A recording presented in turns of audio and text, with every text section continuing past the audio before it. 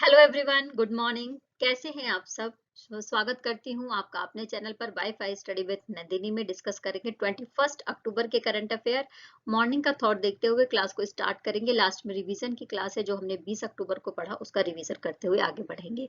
Telegram के link पर, जैसा कि आप सबको पता है कि इंग्लिश और हिंदी बोथ लैंग्वेजेस में जो मेरा कंटेंट है वो उपलब्ध है, तो आप पढ़ सकते हैं, नोट्स बना सकते हैं और किसी भी एग्जाम की प्रिपरेशन कर रहे हैं आप सबके लिए बहुत ज्यादा इंपॉर्टेंट हो जाती है मेरी क्लास। तो चलिए स्टार्ट करते हैं और आपके कमेंट के लिए हमारा कमेंट बॉक्स खुला हुआ है, तो जरूर अपने सुझाव दीजिए।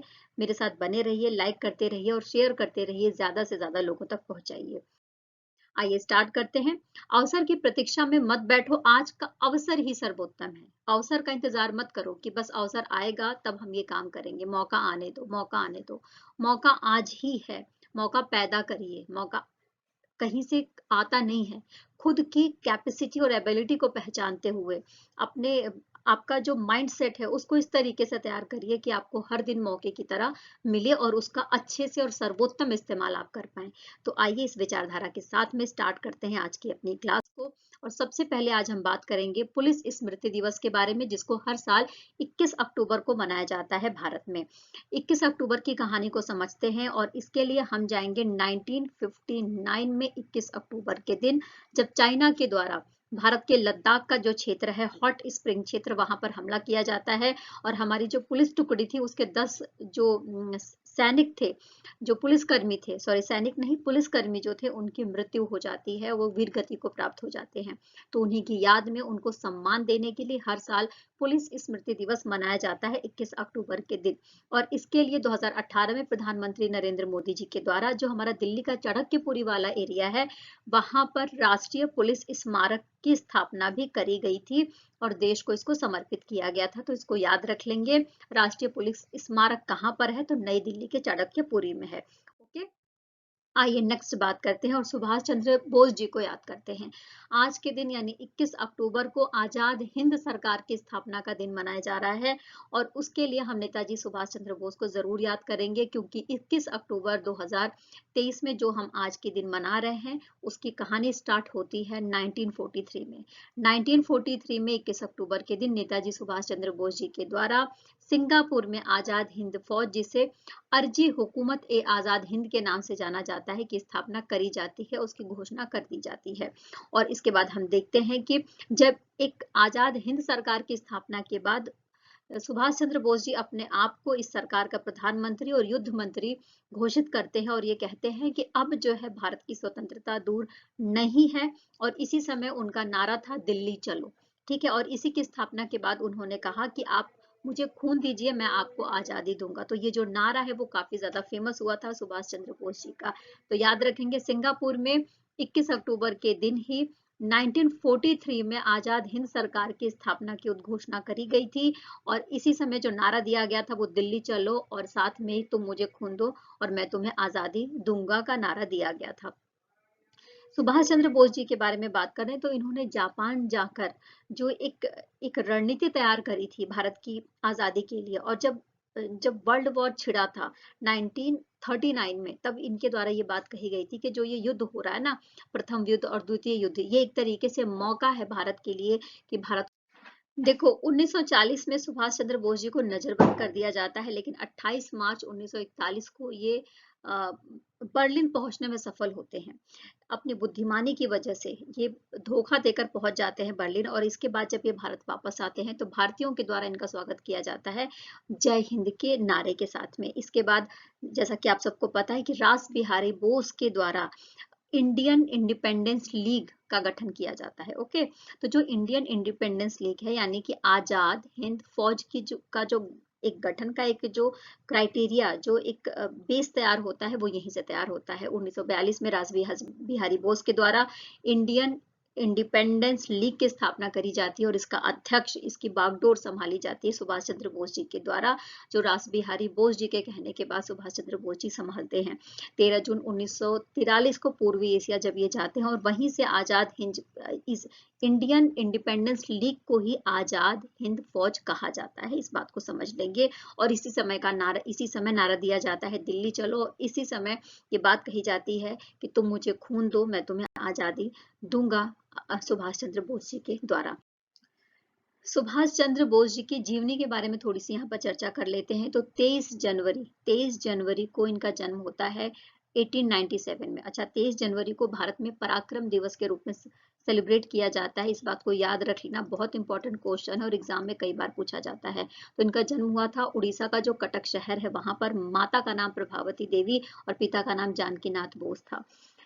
साथ में मैं आपको बता दूं कि इन्होंने 1919 में सिविल सेवा की परीक्षा पास करी थी, लेकिन जल्द ही इससे इन्होंने त्यागपत्र दे दिया था।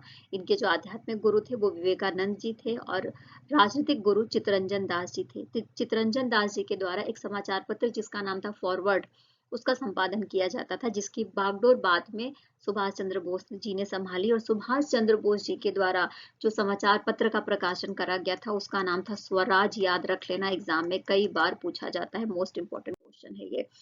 इसके बाद कांग्रेस और सुभाष चंद्र बोस जी के बीच में जो संबंध है, जैसा कि हम सबको सुनने को भी कई बार मिलता है कि कांग्रेस की जो रणनीतियां थी, गांधी जी के जो विचार थे, उससे ये बहुत ज्यादा प्रभावित नहीं थे, उसके विरोधी थे, जिसकी वजह से इन्होंने बाद में जाकर कांग्रेस का साथ छोड़ दिया था। हालांकि 2 बार ये कांग्रेस के जो राष्ट्रीय अध्यक्ष थे उसके रूप में भी चुने गए थे। 1938 में चुने गए थे हरिपुरा में, जो कांग्रेस के अध्यक्ष के लिए जो चुनाव हुआ था, और उसके बाद 1939 में ये दोबारा चुने गए थे। 1930 में नमक सत्याग्रह में सक्रिय हुए, सविनय अयोग्य आंदोलन में ये सक्रिय हुए, लेकिन जब सविनय अयोग्य आंदोलन वापस ले लिया गया तो ये इनको रास नहीं आया। गांधी इरविन समझौते का इन्होंने विरोध किया और इसके बारे में इन्होंने मुखर होकर बोला था। जो मोतीलाल नेहरू जी के द्वारा जो ये इस बात को स्वीकार कर लिया गया कि भारत एक डोमिनियन राज्य बन जाएगा, तो इसका इन्होंने विरोध किया। इसीलिए मोतीलाल नेहरू से इनके हमेशा से जो वैचारिक मतभेद हैं वो रहे हैं। सुभाष चंद्र जी की मृत्यु के बारे में बात करें तो वो आज भी एक सस्पेंस है, जिसको आज तक कोई भी सुलझा नहीं पाया है। बाद में इन्होंने गांधी जी की विचारधारा की जो विचारधारा थी उससे ये प्रभावित नहीं थे, और मतभेद होने की वजह से इन्होंने कांग्रेस छोड़ दिया था। और इन्होंने बाद में जाकर एक ऐसी सेना के निर्माण की बात कही थी जो सेना युद्ध लड़ेगी अंग्रेजों से और भारत को जीत दिलाएगी। अब आइए नेक्स्ट बात कर लेते हैं। विश्व आयोडीन अल्पता दिवस यानी कि वर्ल्ड आयोडीन डिफिशियंसी डे हर साल 21 अक्टूबर को मनाते हैं। जैसा कि हम सबको पता है कि जो आयोडीन है वो हमारे शारीरिक विकास के लिए, मानसिक विकास के लिए बहुत ज़्यादा ज़रूरी है। इसके साथ साथ जो आयोडीन होता है उससे जो हमारी थायराइड ग्रंथि है, उसका जो थायराइड हार्मोन है वो रिलीज होता है। जो थायराइड हार्मोन के रिलीज के लिए, उत्पादन के लिए खनिज तत्व के रूप में हमारे शारीरिक जो डेवलपमेंट है उसके लिए बहुत जरूरी एक तत्व है, और इसकी उपयोगिता को बताने के लिए हर साल विश्व आयोडीन अल्पता दिवस मनाया जाता है 21 अक्टूबर को। ओके, और भारत में 1992 से ही नमक जो है वो आयोडीन युक्त होगा, ये अनिवार्य कर दिया गया था, जिससे कि हर एक व्यक्ति, हर एक बच्चे और जितने भी लोग भारत में हैं अगर वो खाना खाते हैं तो उनको आयोडीन मिल जाए। आयोडीन की जो मात्रा है वो आपको कुछ ऐसे फल से, सब्जियों से, जो हमारे दुग्ध उत्पादन है या कुछ समुद्री उत्पाद है उससे मिल जाता है। नेक्स्ट बात करेंगे क्वेश्चन नंबर फर्स्ट क्वेश्चन है हमारे सामने, यूरोपीय संघ का सखारोव पुरस्कार 2023 किसे प्रदान किया गया है? तो याद रख लेना, जो यूरोपीय संघ का सखारोव पुरस्कार 2023 है ये प्रदान किया गया है जीना महसा अमीनी को, जो ईरान से बिलोंग करती हैं। इनके मृत्यु के उपरांत इनको प्रदान किया गया है। और साथ में मैं आपको बता दूं कि ईरान की जो महिलाएं हैं उनकी स्वतंत्रता, उनकी समानता के लिए उनके लिए लड़ते हुए ये जेल में जो है इनको बंद कर दिया गया था और जेल में ही इनकी मृत्यु हो गई थी। कब इनकी मृत्यु हुई थी तो मैं बता दूं 16 सितंबर 2022 को पुलिस हिरासत में इनकी मृत्यु हुई थी, और ये सिर्फ और सिर्फ 22 वर्ष की थी, है ना। तो जिसकी वजह से इनको यूरोपीय संघ का सखारोव पुरस्कार 2023 दिया गया है। और आप मैं बता दूं इसमें कि 50,000 जो यूरो है ये राशि प्रदान करी जाती है इस पुरस्कार के दौरान। ओके, आइए नेक्स्ट बात करते हैं। यूके में आयोजित 2023 कैम्ब्रियन गश्ती सैन्य अभ्यास का विजेता कौन है? तो भारत है, और भारत ने इसके पहले 2021 में भी ये जो गश्ती सैन्य अभ्यास है इसमें गोल्ड मेडल जीता था, इस बात को याद रख लेंगे। ओके, देखिए जो गोरखा राइफल्स है उसके द्वारा ये जीत हासिल करी गई है, और अभी 2023 की अगर मैं बात करूं तो 111 टीमों ने पार्टिसिपेट किया था, जिसमें भारत की टीम विजयी रही। देखो, केंद्र सरकार द्वारा 8 उच्च न्यायालयों में कितने न्यायाधीशों की नियुक्ति करी गई है? तो केंद्र सरकार के द्वारा 8 उच्च न्यायालयों में 17 न्यायाधीशों की नियुक्ति करी गई है, इस बात को याद रख लेंगे।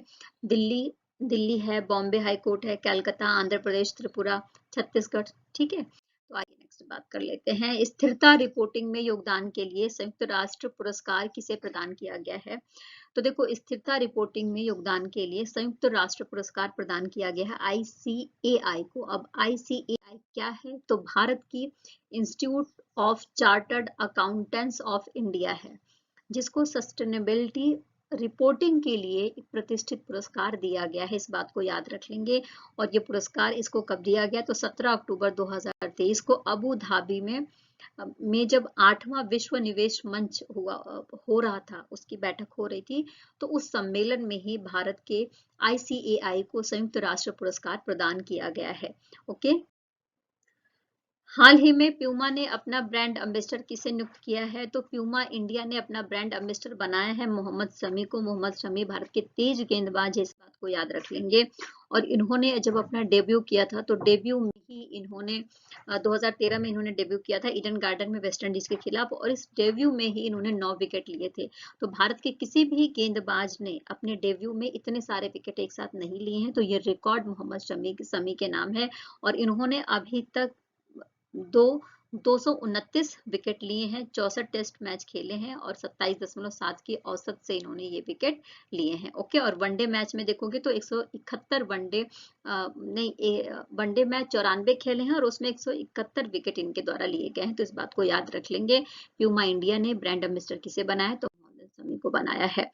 कतर मास्टर्स में किस खिलाड़ी ने विजय हासिल करी है? देखो, शतरंज में हम देखते हैं, जो चेस प्रतियोगिता है उसमें देख रहे हैं कि भारत नई बुलंदियां छूते जा रहा है और कई सारे रिकॉर्ड रोज हम जब भी कोई ऐसा इवेंट होता है जो शतरंज से रिलेटेड है, तो उसमें भारतीयों के द्वारा कीर्तिमान स्थापित किए जा रहे हैं। तो उनके नाम आप जरूर याद रख लेना। कतर मास्टर्स हो रहा था, जिसमें जिसमें किस खिलाड़ी ने विजय हासिल करी है? और दुनिया के नंबर 1 शतरंज खिलाड़ी को ये खिलाड़ी को हरा कर ये विजय हासिल करी गई है। अच्छा, दुनिया के नंबर 1 शतरंज खिलाड़ी कौन है? तो वो है मैग्नस कार्लसन। इनको हराया है भारत के कार्तिकेयन मुरली ने और कतर मास्टर्स का खिताब ये जीत गए हैं। इस बात को याद रख लेंगे। ओके। आइए नेक्स्ट बात कर लेते हैं। आसाम के मुख्यमंत्री के द्वारा उद्घाटन किए गए आसाम के दूसरे सबसे लंबे फ्लाईओवर का क्या नाम है? अच्छा, जो पहला फ्लाईओवर है उसका उद्घाटन अगस्त में कर दिया गया था 2023 में ही, और दूसरे फ्लाईओवर का उद्घाटन अभी किया गया है। इसका नाम है श्रद्धांजलि। ओके, क्या नाम है? श्रद्धांजलि। जैसा कि हम सबको पता है कि आसाम के मुख्यमंत्री कौन है, तो हेमंत बिस्वा शर्मा जी हैं। ये जो फ्लाई ओवर बना है, इसको मैं आपको बता दूं कि ये 2.28 किलोमीटर लंबा है, और जो श्रद्धांजलि वहां का चिड़ियाघर है उसके पास ही ये फ्लाई ओवर स्थित है। ओके। अच्छा, सबसे लंबा जो यहाँ का फ्लाईओवर है उसका नाम क्या है? तो नीलाचल फ्लाईओवर है, जिसको 30 अगस्त 2023 को ही इसका उद्घाटन कर दिया गया था। और इसकी लंबाई कितनी है? तो 2.63 किलोमीटर है ये। ओके। और नेक्स्ट बात कर लेते हैं। प्रदेश के टाइगर रिजर्व, किस प्रदेश के टाइगर रिजर्वों के लिए विशेष बाघ सुरक्षा बल का गठन किया गया है? तो यहाँ पर जैसा कि आप स्क्रीन पर देख रहे हैं, यह है टाइगर प्रोटेक्शन, जो एक तरीके से टाइगर प्रोटेक्शन फोर्स की स्थापना करी गई है अरुणाचल प्रदेश में। इसके पीछे का मोटिव ये है कि अरुणाचल प्रदेश में बाघों की संख्या को बनाए रखने के लिए, जैव विविधता को बचाए रखने के लिए ऐसा किया गया है। तो एक टास्क फोर्स की तरह ये काम करेगी, जंगलों में घूमेगी, वनों में घूमेगी और बाघों की सुरक्षा करेगी। टाटा मोटर्स द्वारा फ्राइट टाइगर में कितने प्रतिशत हिस्सेदारी खरीदने की बात करी गई है? तो देखो, जो ये फ्राइट टाइगर है, इसके बारे में अगर मैं बात करती हूँ, तो सबसे पहले मैं आपको बता दूं कि एक डिजिटल प्लेटफॉर्म है। ये डिजिटल प्लेटफॉर्म किस चीज के लिए है? तो लॉजिस्टिक जो डिपार्टमेंट है उसके लिए एक डिजिटल प्लेटफॉर्म प्रदान किया गया है। यहाँ पर आप देखेंगे तो इस विभाग से रिलेटेड जितने कर्मचारी हैं, ऑफिसर्स हैं, जो भी जिस कंपनी के द्वारा काम किया जा रहा है, ये सारा डेटा आपको यहाँ पर मिल जाएगा। तो टाटा मोटर्स के द्वारा 27% की हिस्सेदारी खरीदने की बात कही गई है। ओके। तो जैसा कि मैंने आपको बता दिया कि जो लॉजिस्टिक एक तरीके से मार्केट प्लेस के रूप में काम करता है, एक पूरी तरीके से चेन के रूप में पूरे भारत में है, यानी लॉजिस्टिक से रिलेटेड खोज करना है, बुकिंग करना है, इसका मैनेजमेंट करना है, कर्मचारी कौन से काम कर रहे हैं, ये सारा डिटेलिंग आप फ्रेट टाइगर है उस पर जाकर देख सकते हैं, पढ़ सकते हैं। ओके। फ्रेट टाइगर नाम याद रख लेना, डिजिटल प्लेटफॉर्म है ये। रिवीजन कर लेते हैं। तो 20 अक्टूबर को हमने विश्व सांख्यिकी दिवस मनाया था, और भारत में 29 जून को सांख्यिकी दिवस मनाया जाता है। ओके। 20 अक्टूबर को अंतर्राष्ट्रीय स्तर पर इंटरनेशनल शेफ डे मनाया जाता है, इस बात को याद रख लेंगे। और 20 अक्टूबर के दिन ही विश्व ऑस्टियोपोरोसिस दिवस मनाया जाता है। किन राज्यों में नए राज्यपाल की नियुक्ति करी गई है? तो ये 2 राज्य भारत के हैं, उड़ीसा और त्रिपुरा, जहां पर नए राज्यपाल की घोषणा करी गई है। संयुक्त राष्ट्र में भारत के स्थायी प्रतिनिधि के रूप में किसे नियुक्त किया गया है? तो देखो, भारत की संयुक्त राष्ट्र की जो राजदूत के रूप में भारत की तरफ से संयुक्त राष्ट्र के जो अंतर्राष्ट्रीय शाखाएं हैं उनमें राजदूत के रूप में नियुक्त किया गया है अंतरिम बागची को। ओके।